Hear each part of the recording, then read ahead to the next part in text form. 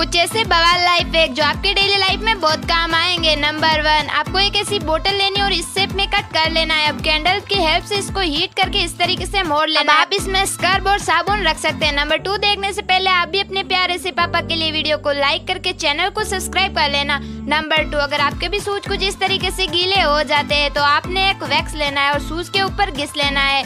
अब hair dryer की help से इसको हीट कर लेना है। अब आपके शूज कभी भी गीले नहीं होंगे।